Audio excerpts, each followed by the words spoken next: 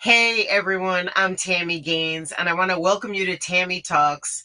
I'm super excited to reboot the radio show I had years ago before there was ever podcasts, before there was all of this. I did a show for a couple of years, and it was very specifically focused on helping women grow through their challenges. So, listen, before we get started, let me tell you about me and what I've been through so you have some perspective on how I come to you. So you might say the turning point of my life was when I went from the boardroom to the hospital room and the 5 months that followed. And I know you've all had a period of time in your life where you say, what just happened? My road was on the highway and then it suddenly got off on the off ramp and I had no idea it was coming. So what happened? I was married for 12 years, already the mother of two gorgeous kids, a boy and a girl. And then I happily discovered that I was pregnant with twins.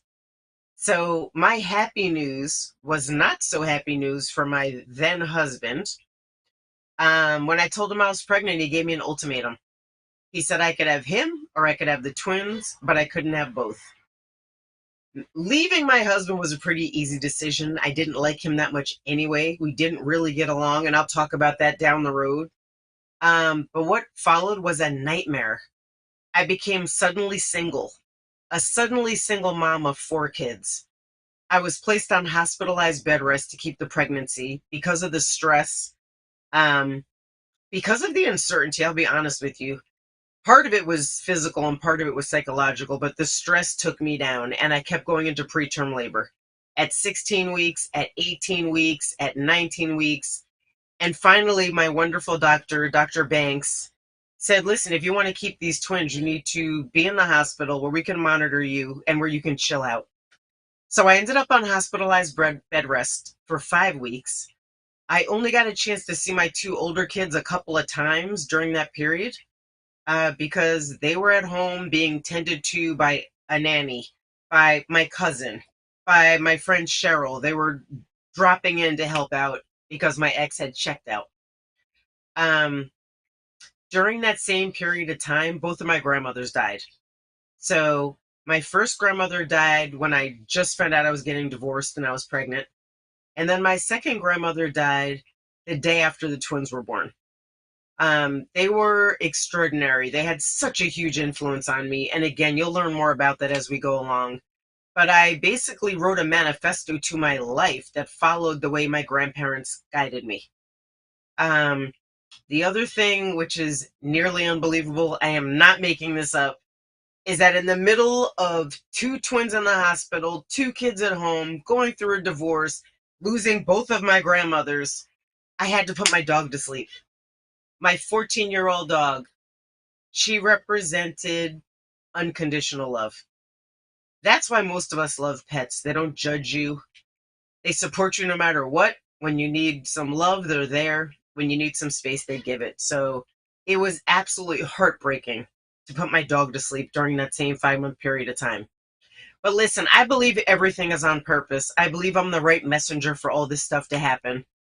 And out of all of this chaos, I learned that our will is a renewable resource.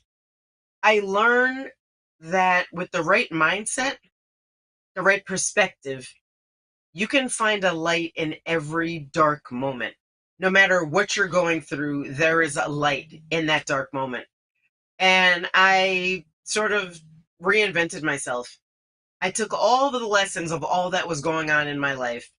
Um, and by the way, I'm giving you a snippet, but I'm talking about everything from housing insecurity to food insecurity. I was working for myself when I got divorced, so I was mostly broke after that went down. And you'll find out that most women do end up 70% less net worth after they get divorced.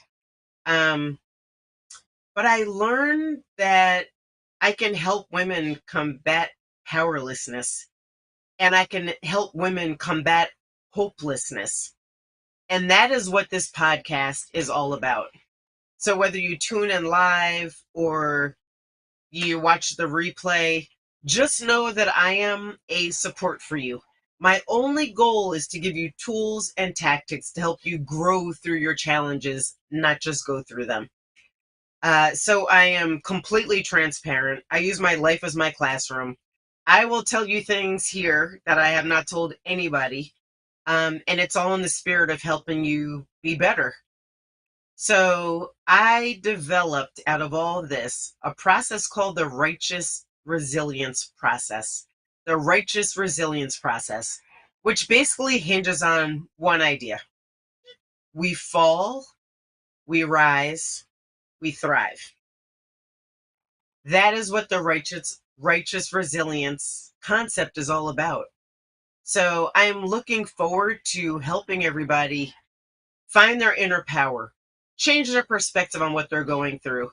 And I will remind you that today, strong is the new cute.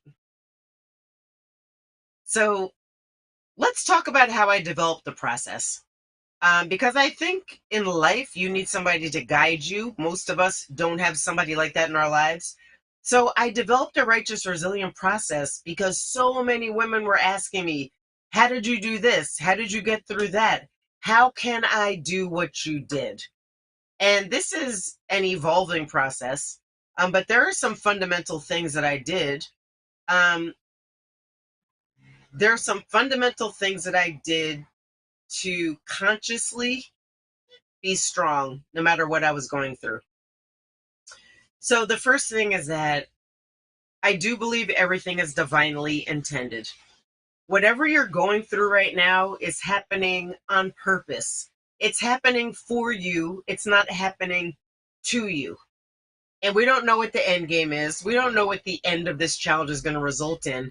But it came your way either because you called for it or because the universe felt like you needed it to evolve. So I do believe everything is divinely intended. The next thing that I did was that I was privately clarifying what I was going through. I was trying to get my arms around why me, why this, why now. So I was trying to work my way to a reason. But in public, I was articulating what my intentions were. And that was really important because when everything went down, I got to tell you, my entire family and my closest friends were standing on the sideline waiting for me to fall apart. But I was publicly articulating to them my goals and that I knew fundamentally that everything was going to be okay. My kids were going to be fine. The ones in the hospital, this might sound heartless and cold, but the truth is, I thanked God every day for the time I had with them. So if they were to live, I was wildly excited. And if they were not going to make it, I was grateful for the time that I had with them and the lessons they taught me in their very short lives. The reason I said that, and some of you out there might be going through this, is they did not give me a good prognosis. So rather than being sad all the time, I woke up every day with a sense of optimism and a sense that the universe had my back. And when I went to the NICU to see them, I always had a smile on my face no matter what horrors they told me. And when I walked through the door, I knew that everything was going to be okay and as the universe intended. And then the last piece of this is that I consciously act on what I wanted. I consciously acted on my core values. So my core value is the twins came into my life for a reason. I'm going to fight the good fight to make sure they have every chance of being here with me. My ex giving me the ultimatum was a springboard to reclaiming my life because I'd lost it in that entire relationship. I lost my purpose. I lost my voice. I lost my sense of who I was. And when the divorce happened, it was a freeing moment. It was an opportunity for me to find myself again and find my voice. My two kids that were not in the hospital, my two kids that were at home, I wanted them to know that they always had someone who had their back and that life was going to be different, but it was going to go on. I believe in honesty and transparency. I believe in the greater good. So What I'm saying is, I was privately clarifying. I was trying to figure out why this was going on. And by the way, we're not meant to have all the answers. We're just meant to ask good questions. What am I to learn from this? Where do I go from here? So it's about the question process, not the answer process. I was publicly articulating what I wanted to manifest. I was claiming it before it even happened. And most of us don't do that. We get cut off at the knees, and that's a wrap. But for me, no matter how bad things got, I always spoke into truth what I wanted. And again, the last piece is that I was consciously acting on it. The decisions I was making, I was not making them in the moment of powerlessness, and I was not making them in the moment of hopelessness. I was making every decision with an eye toward the future, with an eye toward what I want. And I want to encourage all of you to do the same thing. And as we step through not just this episode of Tami Talks, but going forward, we're going to have guests that come on. We're going to have, believe it or not, sponsors that believe in this vision and believe in the mission that you can develop righteous resilience. And once you build that resilience muscle, no matter what comes your way, you will conquer it. You will be stronger. You will be better at the other side of it. So that's what this is all about. We're going to take a quick break, and then we're going to come back and I'll get into the details so you know what I'm talking about. I'll see you in a minute. Have you ever asked the question, if I was to be anything, what would I be? Regardless of money, regardless of status, beyond popularity and fame. Living your passion, feeling your life has purpose. Solivity is a space to nurture that which lives in all of us. A place where work can become play, and doing what we love creates the dreams of a lifetime.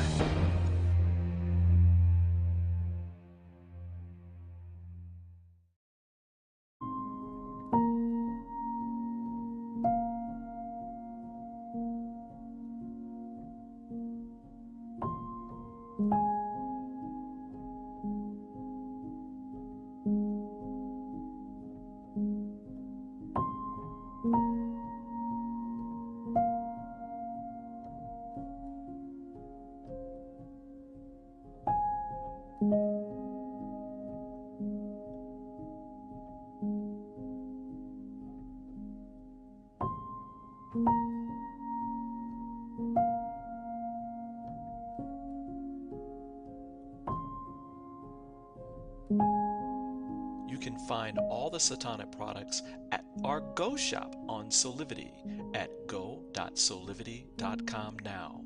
Shop for beauty products, skincare, hair care, it is all there at the Go shop. Go shop Solivity. We work so hard sometimes. Isn't it time for a break? Take a walk or enjoy nature. Or maybe a leap, or a ride, or even a dip. Spending time with a friend, or some time alone. Whatever it is, always spend time growing and learning with a Solivity weekend. Every Saturday at 10 a.m. Eastern, right here on Solivity TV.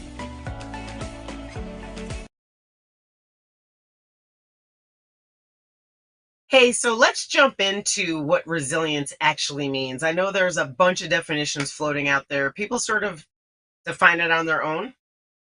Let me give you the dictionary definition of resilience.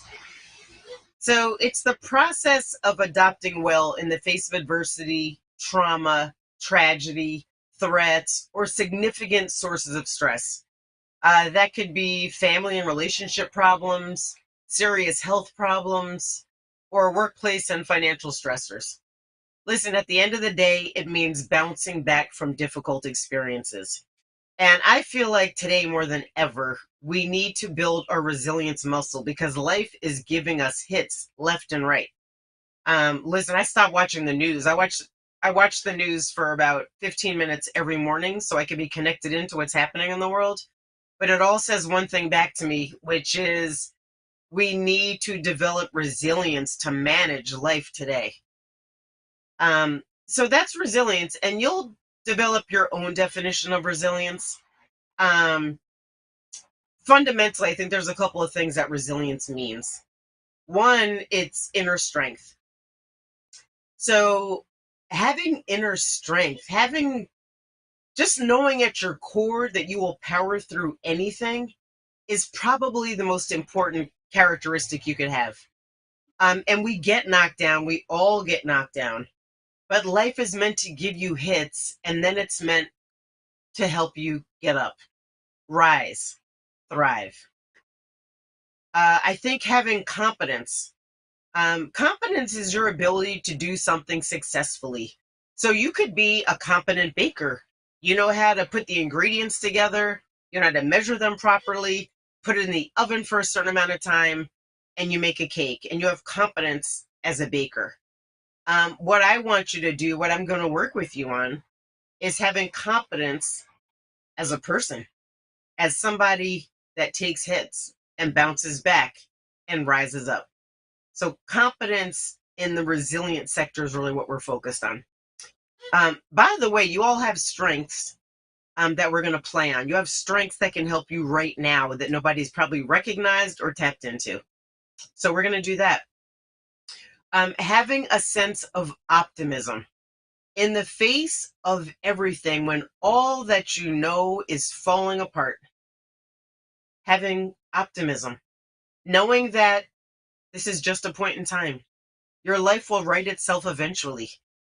But I want you to be optimistic about the future because wherever you are right now, you are not going to be in 5 minutes, in 5 weeks, in 5 months. Whatever you're going through, this is just a point in time, and you won't be here forever. Being flexible. So this is critically important. Being flexible, basically, listen, the easiest way for me to explain this is I tell the story of the oak and the willow tree. So an oak tree stands tall and strong, 70 or 80 feet tall. It has big, strong branches and a big, strong trunk and beautiful leaves. An oak is majestic. And then there's the willow tree. The willow tree typically lives along water, which is one of our life sources. It grows equally as tall, 70, 80, 90 feet. It has beautiful boughs. They're not strong like the oak. They hang. They're limp. They have beautiful leaves. You can see, you've probably have all seen willow trees, but there's actually willows that grow in the water. So there is a dichotomy between the oak and the willow. The oak stands strong and tall and steadfast no matter what. And if a big wind comes, or a big snow, or a heavy rain, or gusts and gusts of winds, a tornado or hurricane, the oak stands strong, but the branches start to break off because they can't hold up to nature's force. Sometimes, so I'm coming to you live from New Jersey, I have seen hurricane force winds crack an oak tree in half, and the only thing left standing is the base. The actual tree, it cuts down power lines, it stops traffic. So be strong as the oak, but I am encouraging you to be as the willow. So when a big rain comes, or a strong gust of wind comes, or snow, the willow simply leans into it. It leans and leans until the snow has fallen off of its leaves, until the rain has stopped, until the wind has stopped, and then it springs back. better than it was before. It springs back stronger than it was before. So I tell you that tale, that comparison, because I want to teach you to stand as the oak, but bend as the willow. And that's what I mean by flexibility. The next piece of resilience is the ability to cope effectively when you're faced with adversity. So listen, when stuff goes wrong, when things go sideways, it is our first instinct to go find the nearest corner and crawl up into a ball and lick our wounds and cry ourselves to sleep, or stay there weak and in a state of disbelief that this happened to you or this happened to me. So you can crawl. I'm going to give you permission. I've done this. I've climbed under the sheets and put the comforter over my head because I want it all to go away. But the truth is, it doesn't go away until you deal with it. So I want to help you develop your ability to cope effectively with these things that come out of nowhere. And they give you hits. Like I said before, life is about the hits. And then the last piece is that I want to help you minimize risk. I want to help you make better decisions. I want to help you see your way when faced with two choices to make the choice that serves your highest good. That means it might not be in your best good right now, immediately, and it might not be in your best good long term, but right now in this particular moment, this is the choice you need to make to keep moving forward. So that's what I mean by minimizing the impact of risk. So all of this about resilience is the baseline for my righteous resilience process. And there's really four themes that we're talking about when it comes down to the process. The first theme that everything, so these are four buckets, by the way, that everything is going to fit into. The first bucket is called resilient thinking. Resilient thinking is all about having a mindset of a winner, that no matter what challenge comes your way, you're going to succeed. You're going to be just fine. The second piece is building on your strengths. So right now, in this very moment, you already possess a portfolio of strengths that we can build on to help you become resilient. And we're going to help you identify them and tap into them. The next piece is managing your emotions. So people talk about IQ, right? You're trying to get into college. You want to prove you're the smartest person in the room. You have an IQ. You have an intelligence quotient. Well, I'm here to break the bad news. I would rather you be the stupidest person on the planet, but be emotionally resilient. Have a high EQ, they call it, emotional quotient. And we're going to do a deep dive on building emotional resilience because that's all about how you react to your circumstances. And then the last piece is having effective relationships. So I'm not just talking about I'm not just talking about loving relationships. I'm not talking about your partner. I'm also talking about relationships with people you work with your children, with your spouse, with your ex, with your family, with your neighbors.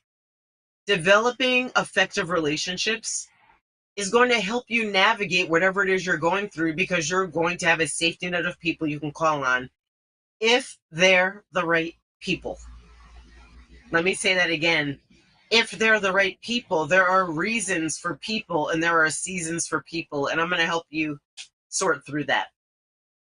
So let me talk you through our process. I'm going to give you a very high level overview today, and then in future episodes, we're going to do the drill down. So it's a 7-step process. The first step is resetting your radar. So everybody has an idea in their mind when you start your day, when you start your week, when you start your life. But when things go sideways in a big way, like for example, my divorce or having premature twins, I had to completely reset my expectations.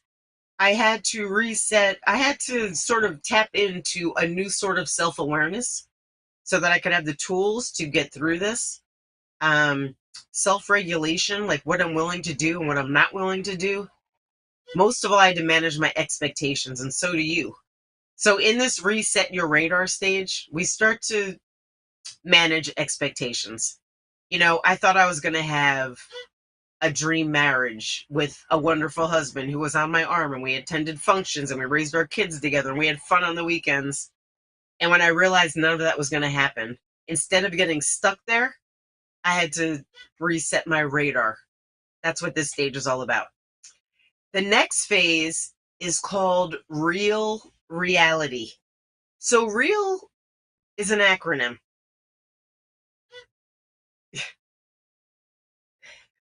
Real is an acronym. It stands for, oh my God. Brian, can you pause for 1 second? Or no?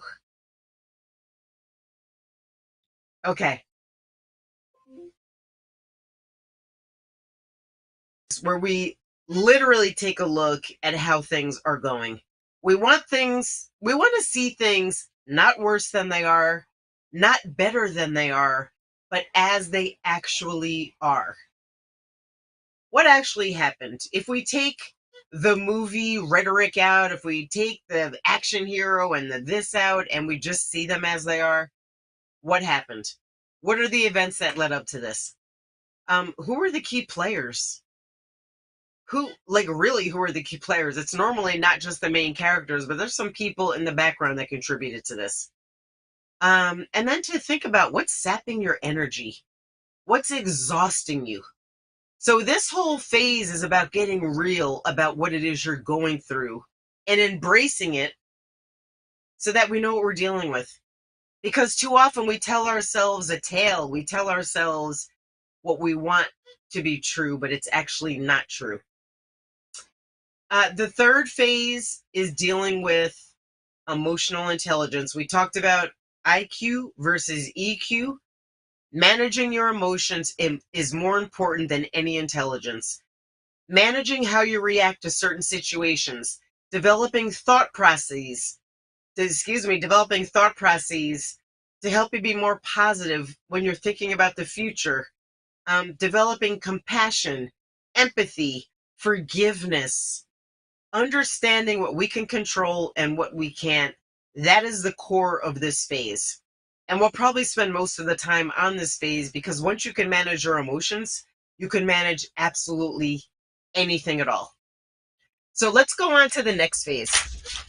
The next phase is all about becoming resilient.